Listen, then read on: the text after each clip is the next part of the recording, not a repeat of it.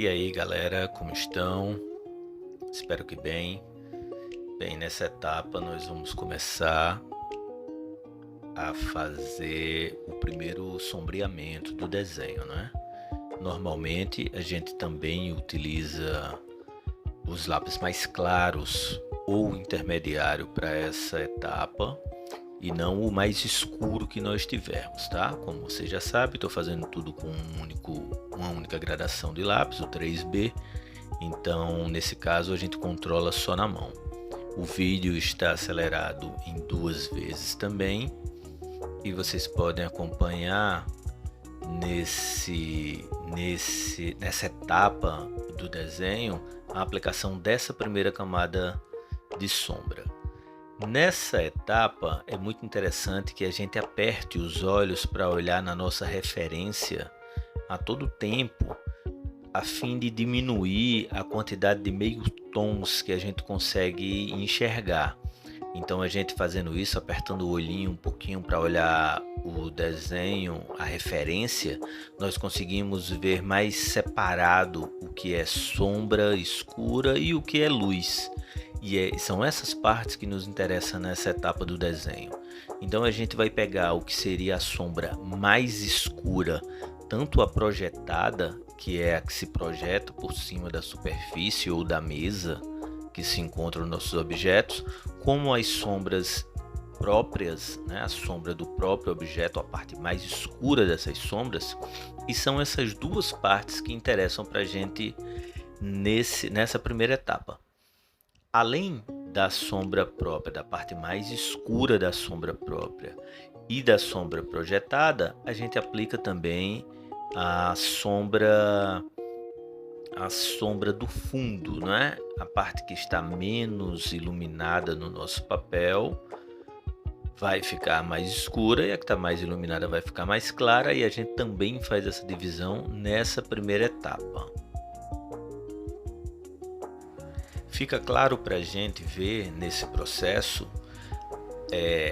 algumas partes daqueles exercícios iniciais que a gente fez, né? Então a gente tem que aplicar a sombra numa área mais delimitada, como era a situação dos quadradinhos lá, e eu não estou preocupado em deixar uma sombra super polida, né?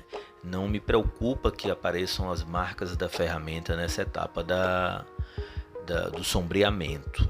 Então por isso que você me vê oscilando a posição com que eu aplico essa sombra, por vezes na horizontal, por vezes na vertical, porque eu quero realmente que ela produza aquelas rachuras, não é?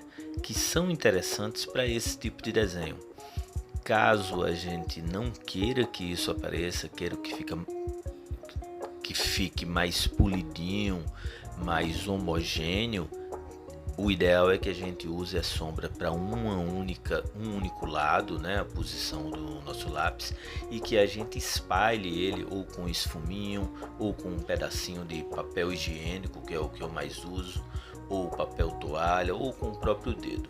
O problema de fazer isso com o dedo é que o óleo, a gordura que existe no nosso dedo pode manchar de uma forma que a gente não consegue mais corrigir os nossos desenhos. Então o ideal é que a gente aplique essa sombra toda e que quando for fazer esse espalhamento do grafite sobre a superfície do papel, a gente utilize um outro papelzinho. E o motivo pelo qual eu utilizo mais o papel higiênico é porque ele é mais macio, então vai agredir menos a nossa folha de papel. E isso é uma preocupação principalmente quando a gente usa uma folha de papel frágil, como é o caso dessas folhas que a gente está usando aqui, que é a folha comum, né, com a gramatura muito fininha, não é um papel especial para desenho que vai aguentar muita borracha ou agressão a ele, não é? Já dá para a gente identificar na imagem todas as áreas de maior sombra que foi aplicado, no entanto, sem muita força, sem tentar atingir a escuridão maior que a nossa ferramenta consegue nos dar. Isso a gente vai deixar para a próxima etapa ou utilizando um lápis mais escuro ou aplicando um pouco mais de força com esse lápis que a gente já está usando.